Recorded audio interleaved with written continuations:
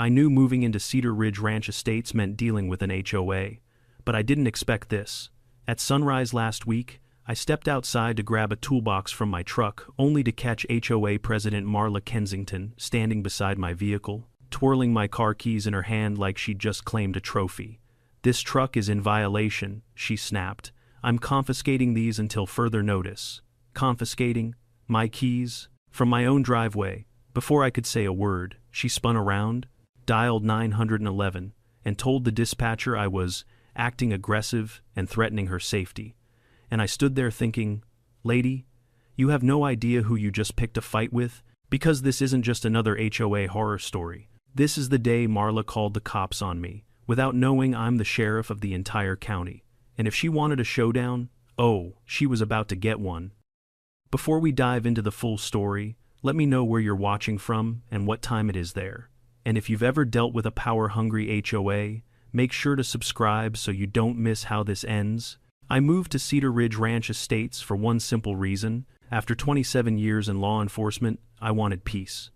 Not the kind you find on a vacation, or the kind you pretend to feel during a long weekend. I wanted honest-to-God quiet, a place where I could sit on my porch, drink my black coffee, watch the sun drag itself over the ridge, and not think about arrest warrants, court cases, or emergency calls echoing through a radio on my belt. Cedar Ridge looked perfect on paper. Spacious lots, clean streets, tall pines, and a lake that glimmered like a polished coin when the wind hit it right. But, as every poor soul who has ever bought a home in an HOA neighborhood will tell you, the brochure never shows you the one thing that ruins it all.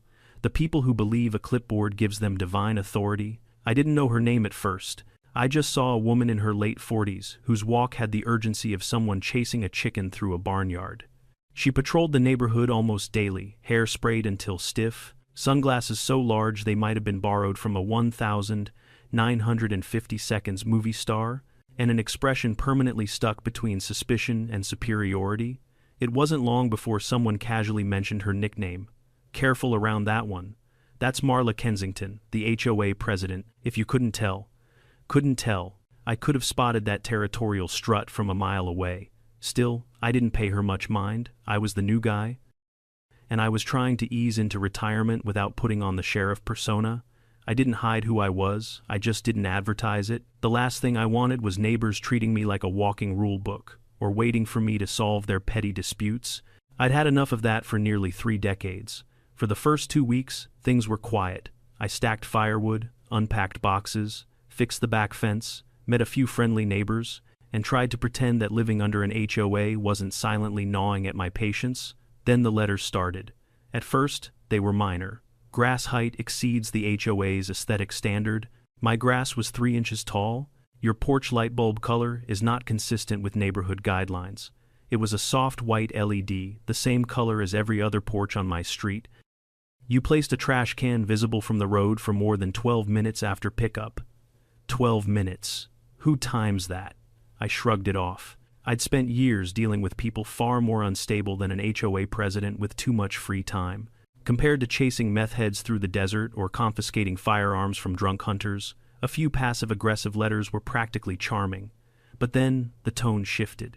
One evening, I stepped out to fetch the mail and found Marla standing at the edge of my driveway, staring at my property like she was calculating its sins. She didn't greet me. She didn't smile. She just clicked her pen and said, "You're new here, so I'll be generous. We expect strict compliance in Cedar Ridge. We don't want this place turning into a mess." A mess. My property was pristine. I kept it cleaner than most evidence rooms. I kept my voice calm.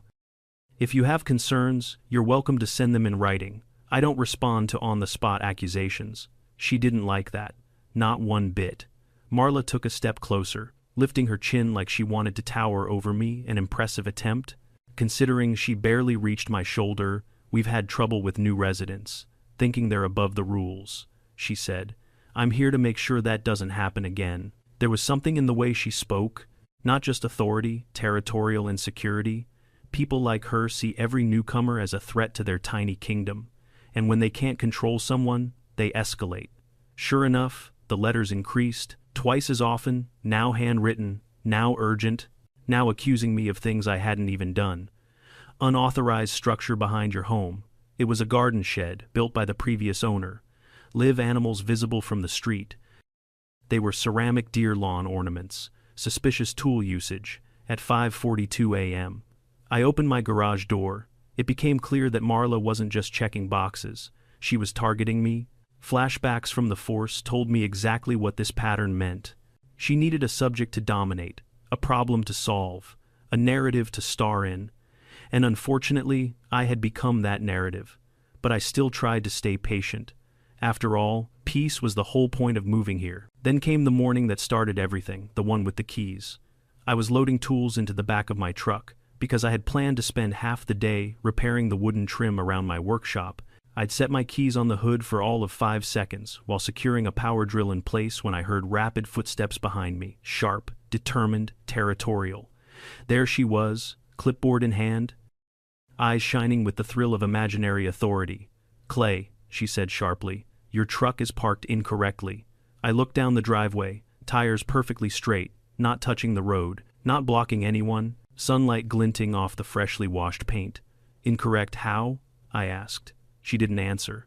Instead, she walked past me, circled the front of my truck like a predator sizing up prey, and before I even registered the movement, snatched my keys off the hood. "Hey," I said, stepping forward. She raised her hand like she was holding a badge instead of stolen property. "Per HOA enforcement protocol, I'm temporarily confiscating these until we can conduct an inspection." Inspection? Confiscating? What in the world did this woman think she was running border patrol? I took a slow breath. In law enforcement, the calmest person usually wins. Marla? That's not how property law works. "Those are my keys. You need to hand them back." Her expression hardened. She stepped back like I was a dangerous criminal rather than a man in work boots holding a coil of extension cord. "You're being confrontational," she snapped, "and I won't tolerate intimidation tactics." Intimidation? Me. I was barely even irritated yet. "Give me my keys," I repeated, firmly but not loudly. She clutched them to her chest. "I will not be threatened in my own neighborhood." Then, with the dramatic flair of someone performing for an invisible audience, she pulled out her phone and dialed 911. "This part you already know," she lied through her teeth to the operator.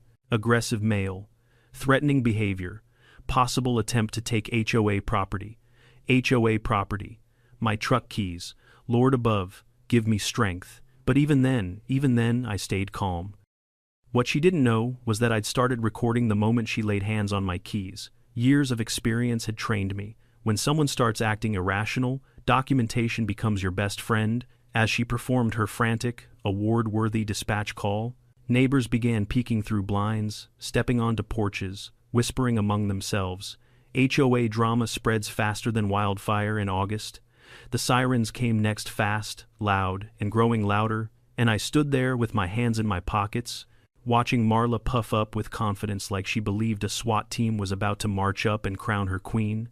She had no idea what she'd unleashed. What was about to happen would shake Cedar Ridge to its core and end her reign in ways she never saw coming. I've seen people lose their composure before: angry drunks, stubborn ranchers, teenagers trying too hard to look tough. But there was something uniquely chaotic about watching a suburban HOA president try to wield authority she didn't actually possess. Marla stood at the end of my driveway, clutching my truck keys like she'd taken down a wanted fugitive, pacing in short little steps as she prepared her story for the arriving officers. If she'd had a podium, she probably would have held a press conference. I leaned against my truck and waited. Patience is an underrated weapon. Most people don't know what to do when the person they're trying to provoke refuses to react. Marla, in particular, was thrown off by calm voices. She thrived on conflict. Without it, her whole power structure collapsed. "You brought this on yourself," she muttered loud enough for me to hear. "All you had to do was follow the rules. The rules don't say anything about you stealing my keys." I replied. Her head snapped toward me like a bird catching sight of prey. "Confiscating," she corrected, "not stealing.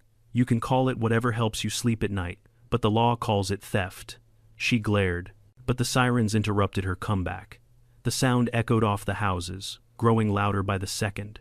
Neighbors stepped onto their porches, phones in hand, because nothing excites an HOA neighborhood like a conflict. They didn't even have to leave their property to witness.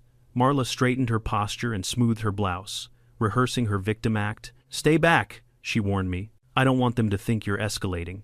I'm leaning on a truck, I said. Pretty sure that's the opposite of escalating. She ignored me. 2 police cruisers rounded the corner, lights flashing but sirens now silenced. They rolled to a stop in front of my house. Tires crunching over the gravel edge. I recognized the vehicle's county patrol, same department I'd commanded for nearly a decade. It was strange being on the receiving end of a call like this. Strange, but also a little funny. The first officer out of the car was Deputy Morgan, a good kid, mid-30s, reliable, steady hands, steady heart. The second was Officer Diaz, who tended to overthink everything but had a good head for communication. Both stepped out cautiously, scanning the scene. Before they could even approach, Marla sprinted toward them like she'd been waiting to be rescued from a burning building.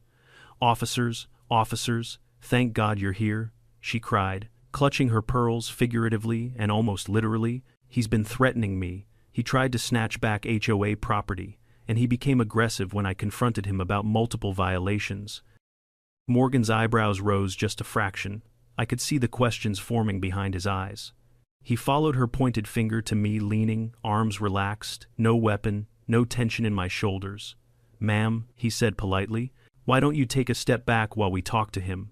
"Yes, yes, of course," she said, breathing theatrically as though she'd run a marathon. "Just be careful.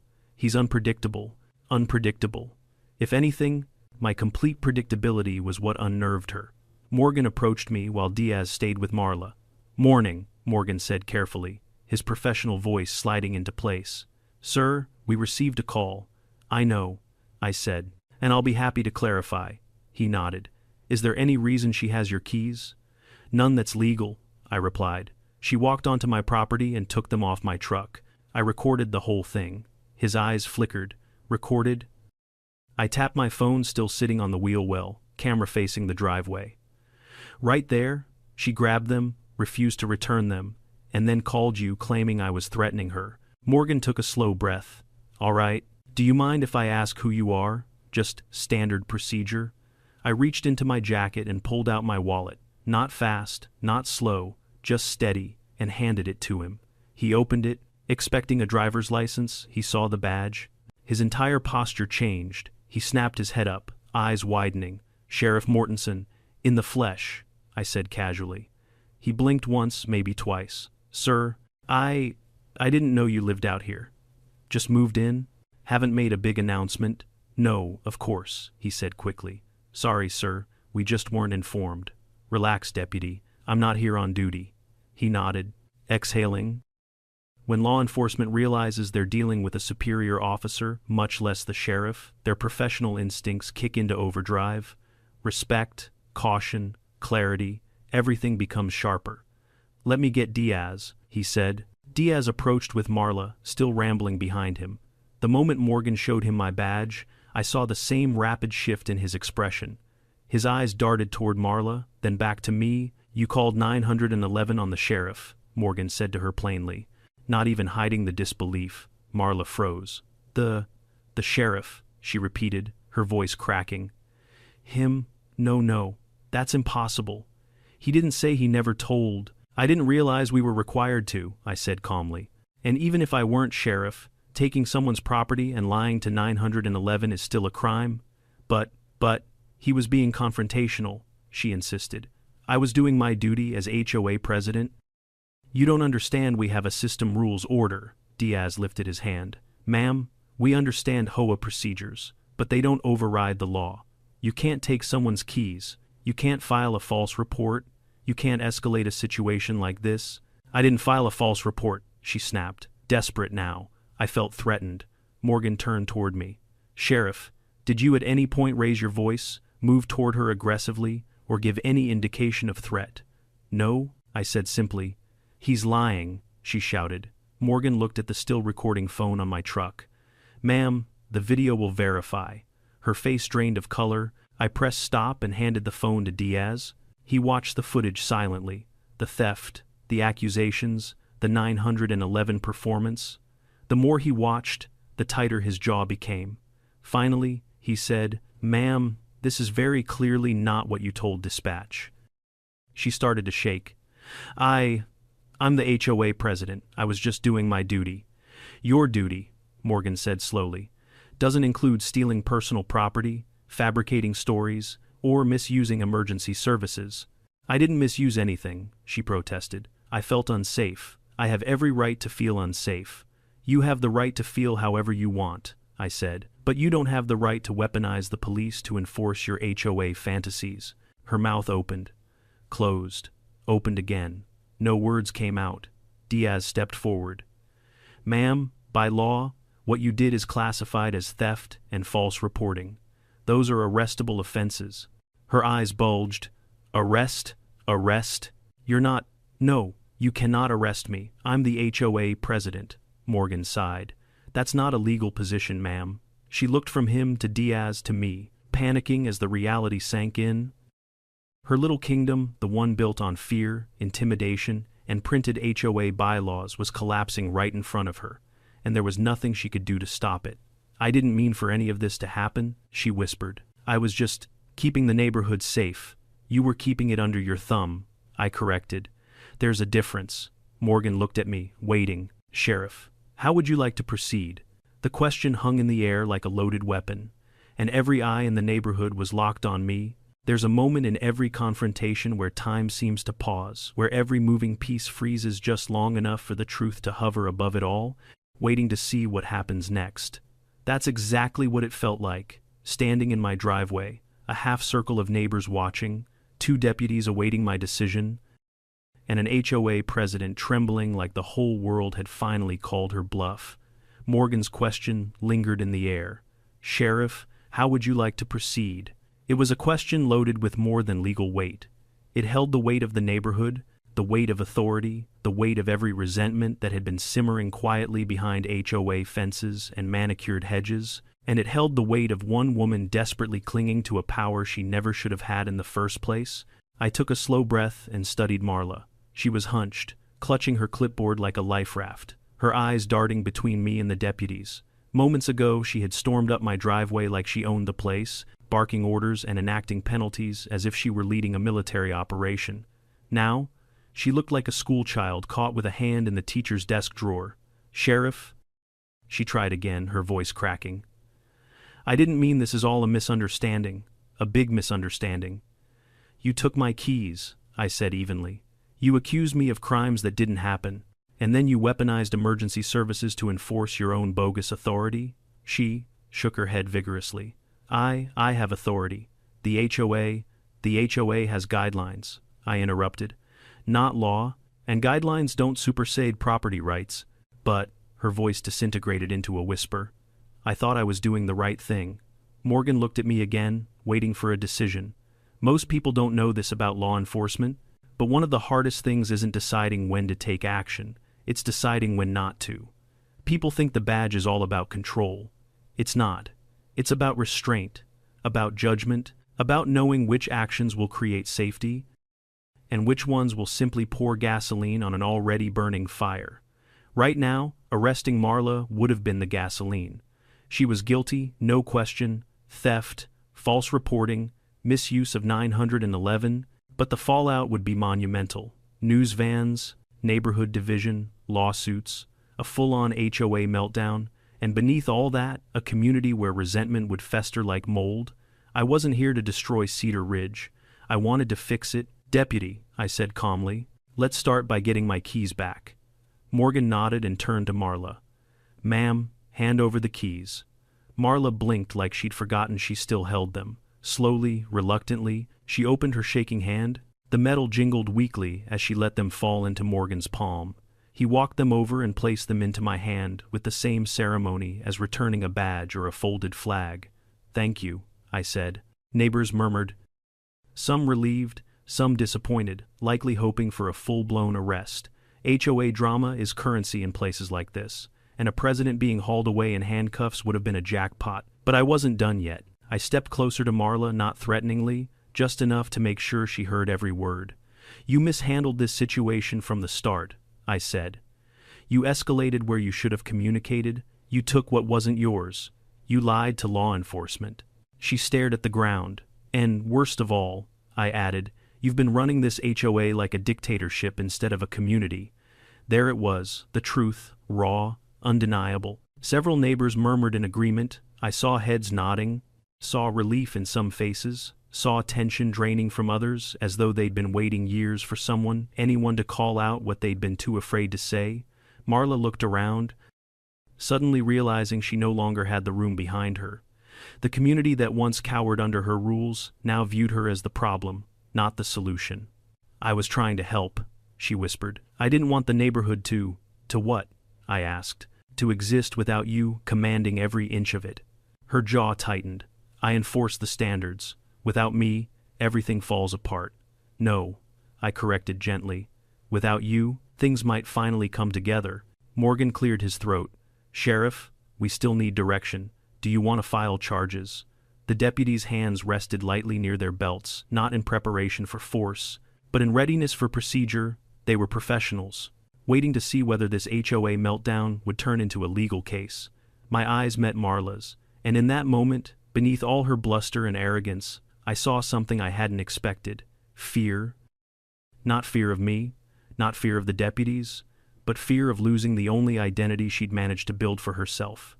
HOA president, enforcer, gatekeeper, take that away, and what was left?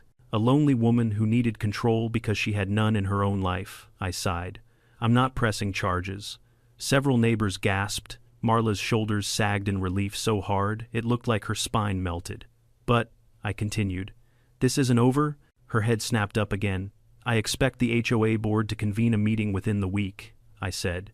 We're going to discuss boundaries of authority, procedural oversight, community respect, and perhaps most importantly, leadership. Whispers rippled through the audience. Marla's eyes widened. You can't remove me. I'm not removing you, I said. I'm letting the community decide whether they want you in charge. That hit harder than handcuffs. A criminal charge is a legal matter, but a vote of no confidence. That's personal, that's permanent, that's fair. Morgan said softly, echoing the crowd's sentiment. This neighborhood deserves better, I continued. Not stricter rules, not more punishments, better communication, better transparency, better respect. My voice wasn't raised, but it didn't need to be. Authority doesn't come from volume. It comes from certainty. For now, I added, I want this documented as a formal warning, and I want dispatch notified that the original report was inaccurate. We'll take care of that, Diaz said. Absolutely. Sheriff. Marla clasped her hands, trembling. I didn't mean to lie, I thought. You thought you could get away with it, I finished. And if I weren't the sheriff, you probably would've. Her lip quivered. She didn't argue. Couldn't argue. The truth was etched clearly in every witness's face. As the deputies finalized their notes, the small crowd slowly began drifting away. Some shot me grateful looks, some clapped me on the shoulder, a few muttered things under their breath about finally putting that woman in her place. Even the kids on bikes who had pedaled up to watch looked at me like I'd just won a small-town wrestling match. But Marla didn't move. She stayed rooted to the pavement long after the officers stepped back to their cruisers. Finally, she spoke, her voice barely audible. Are you going to come after the HOA now? No, I said, but I am going to fix it. How? By reminding this neighborhood that an HOA is supposed to serve the community, not the other way around. She swallowed hard. People need rules. People need respect. I corrected. Rules without respect become abuse, and you've crossed that line more than once. Her eyes glistened, not with anger this time, but something closer to realization. I don't know how to fix this, she whispered. That's why there's a community, I said. You've forgotten that part. The deputies wrapped up their formalities, nodded to me, and headed back to their cruisers. As their engines faded down the street, a stillness settled over the neighborhood again. But it wasn't peaceful. It was the stillness that comes just before a storm breaks open. The HOA had just been shaken to its foundation, and everyone knew the next meeting was going to change everything. As the deputies pulled away, leaving just the faint rumble of their engines behind, I stood there at the end of my driveway, with Marla still clutching her clipboard, like it could shield her from the fallout she'd brought on herself. The morning sun hung high enough to cast sharp shadows across the pavement, but somehow it felt colder than it should have. The kind of cold that settles in when someone finally realizes they're no longer in charge. I didn't rush inside. I didn't slam my door or make any dramatic exits. I simply picked up the tool I'd been loading into my truck earlier, set it in the bed, and leaned against the tailgate. I wanted her to feel the weight of the moment, not through threats or shouting, just through reality settling in. "You didn't have to call them," I said quietly. She blinked, startled that I was still talking to her. I thought you'd listen if the police came. I thought you'd understand the seriousness of the HOA's authority." I couldn't help the small laugh that escaped me, more disbelief than amusement. "Marla, you called law enforcement on the county sheriff because I parked my truck in my own driveway?" Her cheeks flushed a deep crimson. Not anger, embarrassment, something she didn't feel often. "I didn't know who you were," she muttered. "That's the problem," I said. "You didn't care who I was. You just needed to be in control." She clutched her clipboard tighter. "It's not about control, it's about order." "No," I corrected. "It's about power. And you're used to people being too intimidated or too indifferent to challenge you." Her eyes darted toward the houses across from mine. Several blinds shifted as neighbors continued spying through narrow openings. HOA neighborhoods love a good scandal. They stretch it like taffy until everyone gets a taste. "I'm not a tyrant," she whispered defensively. Almost to herself, I pushed off the truck and stepped forward, not close enough to intimidate her, but close enough that she'd hear every word clearly.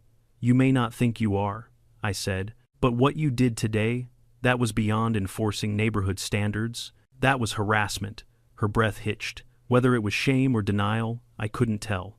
I reached into my pocket and pulled out my badge, turning it over in my hand. The metal caught the sunlight the same way it had earlier when I revealed it to the deputies. "If I were just another homeowner, you'd have let them haul me off in cuffs, wouldn't you?" She looked down. I don't know." "You do know," I said gently but firmly. "You made a decision based on ego, not safety." She didn't argue, didn't deny it. She was unraveling now, not because she'd been caught, but because she was being forced to confront a truth she'd buried under years of self-appointed authority. "Marla," I continued, "do you understand how serious a false emergency call is? If the deputies had come in expecting violence, they could have drawn their weapons, someone could have gotten hurt." That landed hard. Her shoulders tightened. "I didn't think of that. You should have." Silence stretched between us for a long moment, the kind of silence that isn't empty, but full of consequences, full of realizations, full of the uncomfortable truth that everything she built from HOA rulebooks was now collapsing around her. Finally, she looked up. "What happens now?" "That depends on you," I said, "but you need to be ready for accountability." She swallowed, her throat visibly tight. "You're calling a community meeting." "I am," I admitted. "And I'm going to present what happened factually, without embellishment. Then I'm going to propose reforms to keep this HOA from turning into a petty dictatorship." Her grip on the clipboard slackened. "They'll remove me," she whispered. "They'll vote," I corrected. "What they decide is up to them." The clipboard slipped from her hands and clattered against the asphalt. Papers fanned out across the pavement, violation notices, warning slips, checklists, her entire arsenal, spilled and exposed for what it really was. Paper shields, for someone who never understood real authority. Marla sank to her knees to collect them, but her hands shook so violently that she could barely grip the sheets. I crouched down, gathering a few pages and stacking them neatly. "You know," I said softly, "most HOAs have presidents who work with the community, not against it." She hesitated, then asked in a trembling voice, "Do you think I can fix this?" I paused because the truth deserved careful consideration. "I think you can change, but fixing this, that's up to whether the community still trusts you." She flinched at the word trust. It was a currency she'd spent recklessly for years, and now her account was overdrawn. A few neighbors had drifted closer now, under the guise of checking their mail or adjusting yard decorations. But really, they wanted to know exactly what would happen next. Word spreads fast in Cedar Ridge, and by lunchtime everyone would know the sheriff had moved in and that the HOA president had crossed the wrong man. I didn't want her to break down in front of the entire neighborhood, so I stood and offered her a hand. "Come on, let's get out of the middle of the street." She stared at my hand as if it were a foreign object. Finally, she accepted it and rose unsteadily to her feet. Her eyes shimmered but didn't spill tears. Marla wasn't the crying type. Showing vulnerability wasn't part of her brand. "You didn't have to help me," she said quietly. "People make mistakes," I replied. "It's what you do after the mistake that matters." She wiped her palms on her skirt. "What should I do?" "For now," I said. "Go home. Think, reflect, be honest with yourself and with the neighborhood. She nodded but didn't move. She lingered there like a ghost trapped between two worlds, the one where she held all the power and the one where she was finally held accountable. I know the community meeting scares you, I added, but it's a chance to start fixing the damage. She closed her eyes briefly. I don't know if they'll listen to me anymore. Then you listen to them, I said. That's how leadership works. Weak at 'em. Marla finally turned toward her home, head bowed, steps slow, spirit shaken. For the first time since moving to Cedar Ridge, she didn't walk with authority. She walked with humility, or at least the beginnings of it. I watched until she disappeared behind her front door, then let out a long breath I hadn't realized I was holding. The neighborhood exhaled too. A man watering his lawn across the street gave me a thumbs up. A woman walking her dog mouthed, "Thank you." Even the teenagers on their bikes, who usually looked bored out of their minds, gave me nods of approval. I didn't acknowledge them right away. My mind was already racing ahead. The deputies were gone. Marla was shaken. The neighbors were buzzing. But the real showdown, that was coming at the HOA meeting. Because exposing the abuse was one thing, fixing the system that allowed it, that was an entirely different battle. And I wasn't about to back down from it. I didn't expect the neighborhood to react as fast as it did. By the afternoon, word had spread through Cedar Ridge Ranch estates, like wildfire burning through every cul-de-sac, over every backyard fence, and straight into the group chats that everyone pretended they weren't a part of. You could practically feel the electricity in the air. People walked a little quicker. Porches had more spectators than usual. Even the dogs seemed to sense something dramatic had occurred. It didn't take long before the messages started arriving. First, a handwritten note slipped under my door. "Thank you for standing up to her." Someone finally did. Then, a text message from a neighbor I'd only waved to twice. "Sheriff sir, I think it's time we talk about replacing the board." By the time the sun dipped low behind the ridge, I had 10 emails, 4 texts, and 2 homemade desserts delivered to my porch, apparently in HOA neighborhoods. Sweets were a diplomatic gesture. It would have been flattering if the whole situation weren't such a mess. But while the neighbors buzzed with excitement, one person wasn't celebrating at all: Marla. She hadn't left her house once since trudging inside after our confrontation. Curtains drawn, porch light off, an event so rare for her that it became its own rumor. People whispered that she was curled on the couch in shame. Others believed she was drafting a 40-page legal defense. One man swore she'd left town entirely. They were all wrong.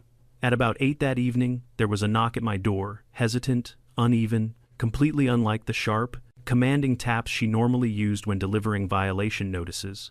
I opened it to find Marla standing on my porch, wringing her hands, her once starched blouse wrinkled like she'd been clutching it all day. "May I come in?" she asked. The request surprised me. She was the type who preferred home turf, her office, her porch, the HOA clubhouse. The fact that she'd come here meant she was more rattled than I thought. I stepped aside and let her in. She walked slowly, like someone navigating unfamiliar terrain. "Water," I offered. She shook her head. "No, I won't stay long." She stood in the center of the living room, staring at the floor as though searching for answers in the grain of the wood. When she finally lifted her eyes, they weren't sharp, calculating, or defiant. They were exhausted. "I didn't sleep," she said softly. "Not since this morning.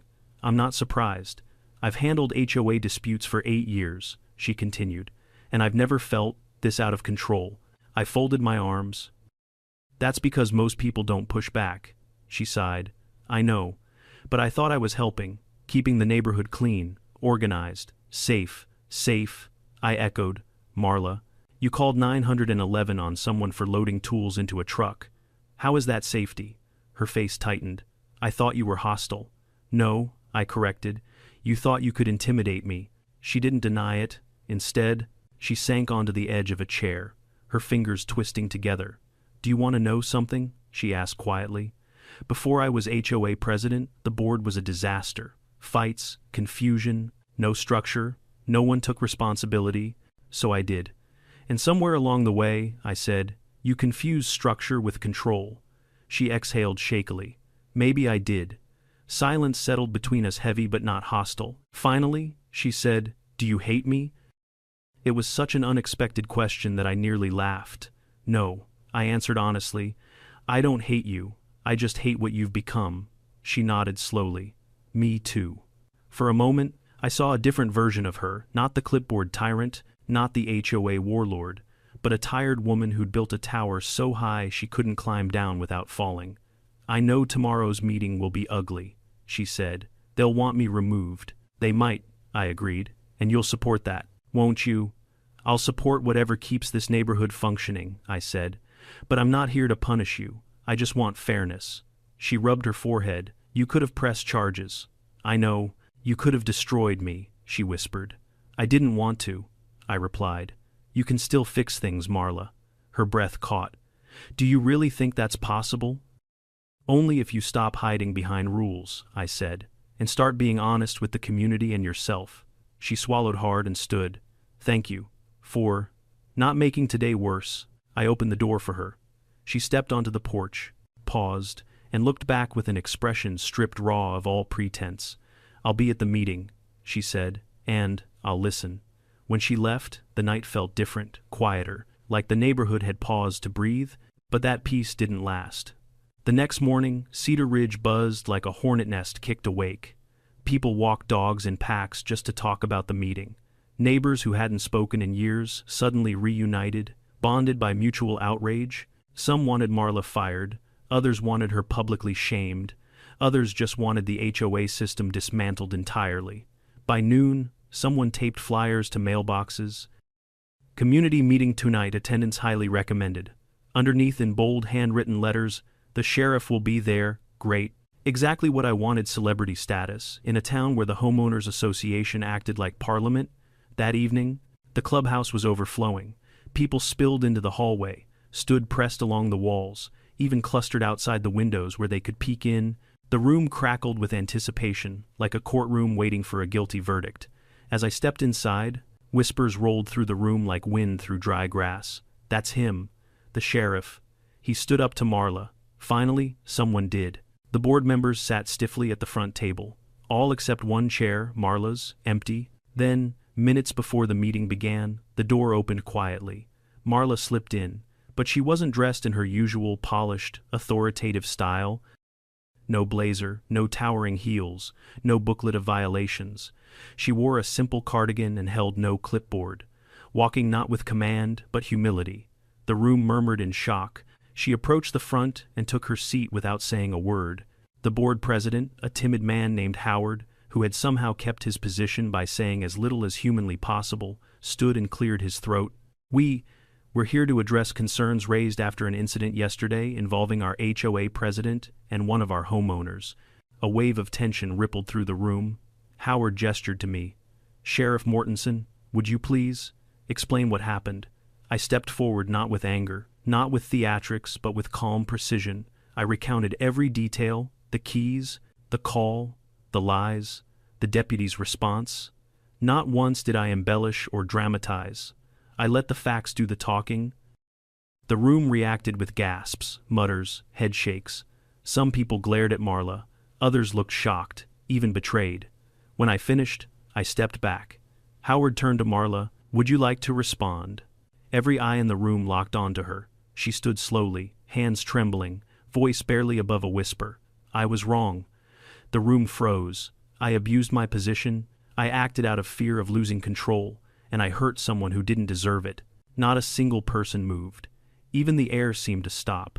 I forgot what the HOA is supposed to be. Neighbors helping neighbors, not authority over neighbors. I lost perspective.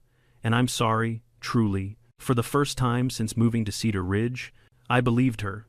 But apology or not, consequences still needed to be addressed. Howard cleared his throat again.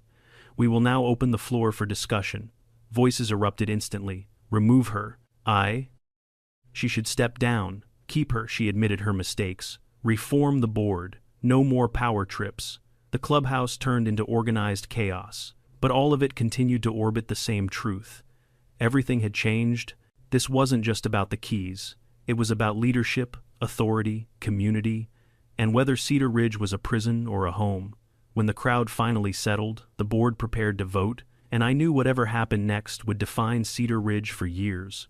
The room simmered with tension as the board prepared for the vote. People leaned forward in their chairs, exchanging glances that ranged from eager to anxious. The mix of resentment, curiosity, and expectancy was almost palpable, as if the entire neighborhood had been waiting years for this exact moment, but never imagined it would actually come. Howard shuffled a stack of papers he clearly didn't need, his fingers trembling ever so slightly. He looked like a man wishing someone else would take over, as if hoping a lightning bolt might strike the clubhouse and cancel the meeting altogether. "Before we vote," he stammered, does anyone else have something to say?" A few hands shot up immediately, but before he could call on anyone, I stepped forward once more, not because I wanted to influence the vote, but because the room needed grounding. A few whispers fell silent, a few chairs shifted, the air tightened. I spoke calmly, making sure my voice carried without force. "I know emotions are high. What happened was serious, and there needs to be accountability, but I want to remind everyone why we're here." Eyes lifted toward me, even the ones that had been staring daggers at the back of Marla's head. "We're not here to punish a person," I said. "We're here to fix a system that let things get this bad." A few heads nodded, a few arms crossed defensively. That was fine. Change takes time. We all bought homes here because we wanted peace, safety, and a sense of community. None of us came here to wage war over porch lights, grass height, or parking angles. A ripple of uncomfortable chuckles moved through the crowd. "We want fairness," I continued. "Transparency, respect, not fear, fear of violations, of retaliation, of being singled out."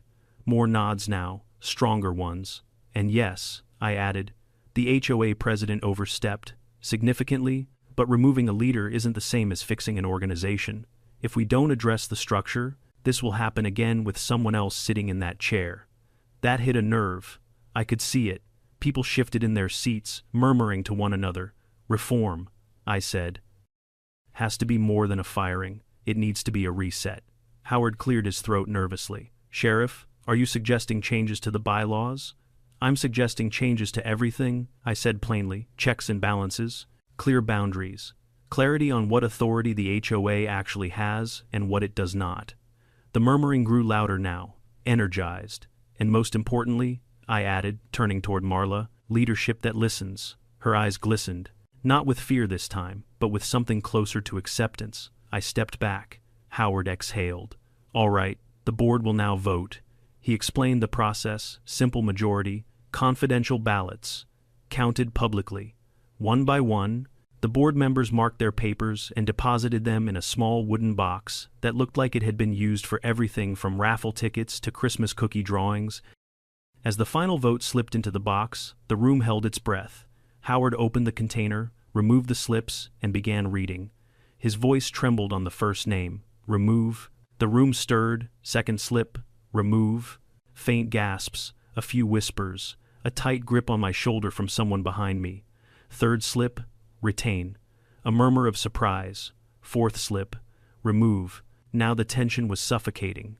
Only one vote left. Howard held the final slip delicately, as though touching it might burn him. He unfolded it slowly, too slowly. "Remove." The room erupted, not with cheers, not with screaming, but with a complex, layered explosion of emotions: relief, shock, vindication, sympathy, certainty. Marla was no longer HOA president. Her face went pale, her hands gripped the table as if trying to steady herself. For a moment, I thought she might fall, but she didn't.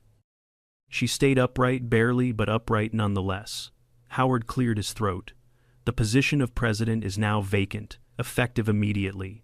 The crowd released another wave of chatter. "We will hold a special election at the end of the month. Until then, Vice President Linda Carver will assume the interim role."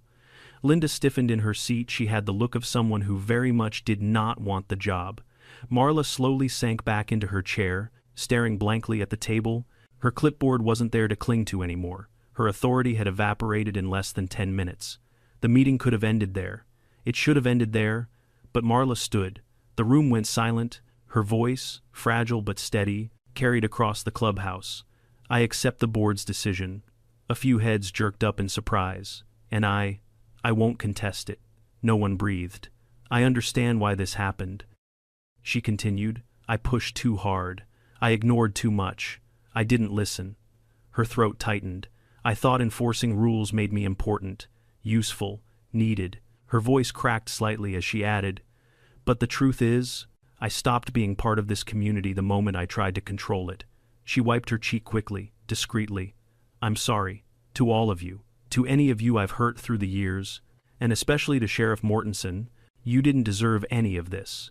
She stepped back, eyes lowered, and for the first time since I'd met her, the room looked at her not with fear, not with resentment, but with recognition. She was human, flawed, broken in places, but, willing to admit it, Howard, still stunned, dismissed her gently.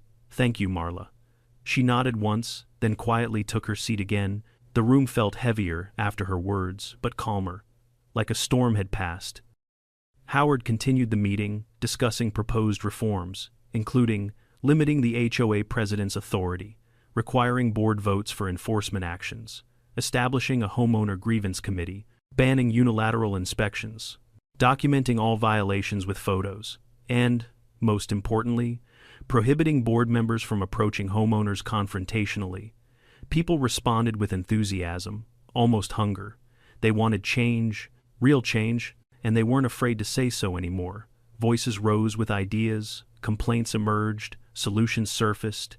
It was the most productive HOA meeting the community had seen in years, maybe ever. Near the end, someone stood and asked, "Sheriff, will you run for president?" The room erupted with murmurs, some hopeful, some shocked, some thrilled. I raised my hands. No, absolutely not.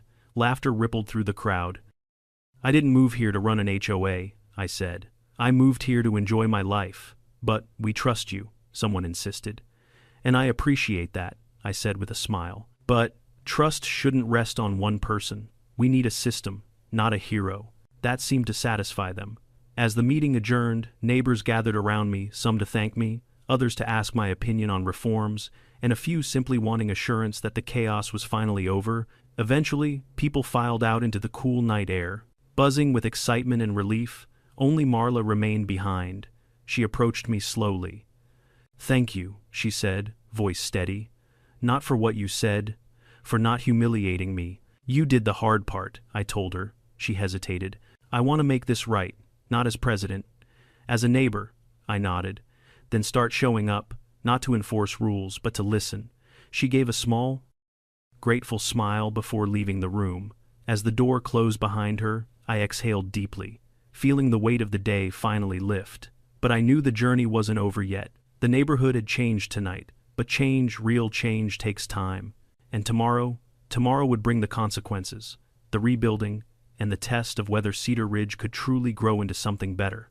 The next morning, Cedar Ridge Ranch Estates felt different. Not quieter, not louder, just charged, like the air itself wasn't sure what to do with the aftermath of last night's meeting. For the first time since I'd moved in, people weren't avoiding eye contact when they walked past my house. They waved, they smiled. Some even gave those small nods that said, "You did good," without needing to say it out loud. I stepped out onto my porch with a mug of coffee, the same routine I'd carried over from 27 years of early law enforcement shifts. But now, instead of scanning for trouble, I watched people going about their lives with a lighter stride. Almost immediately, I spotted old Mr. Abernathy across the street trimming his rose bushes. He lifted his shears in salute. A few minutes later, a pair of teenagers biked past and shouted, "Nice job, Sheriff," before nearly colliding with a mailbox. Even that made me smile. What struck me wasn't the gratitude, it was the shift in spirit. For the first time, these folks seemed to believe they had a say in their own neighborhood. Fear had been replaced with possibility. I took another sip of coffee just as someone cleared their throat behind me. I turned to find Linda Carver, the interim HOA president, standing at the bottom of my porch steps, holding a folder like she was hoping it might shield her from responsibility. "Sheriff," she said nervously. "Linda," I greeted. "What brings you by?" She climbed the steps, careful not to spill the papers inside the folder. Well, since I'm acting president now, I'm trying to get ahead of the transition. The board asked me to speak with you about the reforms you suggested." I motioned for her to sit. "I'm happy to help. But remember, you're the one leading the HOA now. Trust yourself." She sat stiffly. "That's the problem. I never wanted this. I'm only vice president because no one else volunteered. And honestly, after watching Marla, well, I don't want to end up like that." I leaned back and studied her. Linda was the opposite of Marla in every way, soft-spoken, thoughtful, almost apologetically polite. It was clear she'd spent years letting the stronger personalities push her into the background. "You won't turn into her," I said. "As long as you lead with humility, you'll be fine." She opened the folder. "These are the proposals the board drafted last night. I'd appreciate your thoughts." I skimmed the list, everything from enforcement limits to a new conflict resolution committee to a requirement that all violations include photographic evidence and board approval, not just one person's interpretation. "Looks good," I said. "You're giving power back to the community." "That's the plan," she said. "We want to prevent, well, what happened yesterday." "That's all anyone can ask?" She hesitated before adding, "Do you think people will accept me as interim president only if you stop asking permission to lead?" I said. "Authority doesn't come from confidence. It comes from consistency." She thought about that for a long moment, then nodded. "Thank you, Sheriff, for everything." Before she left, she added softly, "And thank you for not tearing Marla apart publicly. It meant more than you know."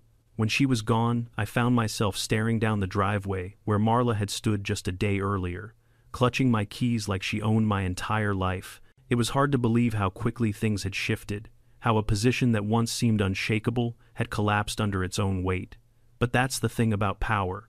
When it's built on fear, it falls apart. The second fear disappears.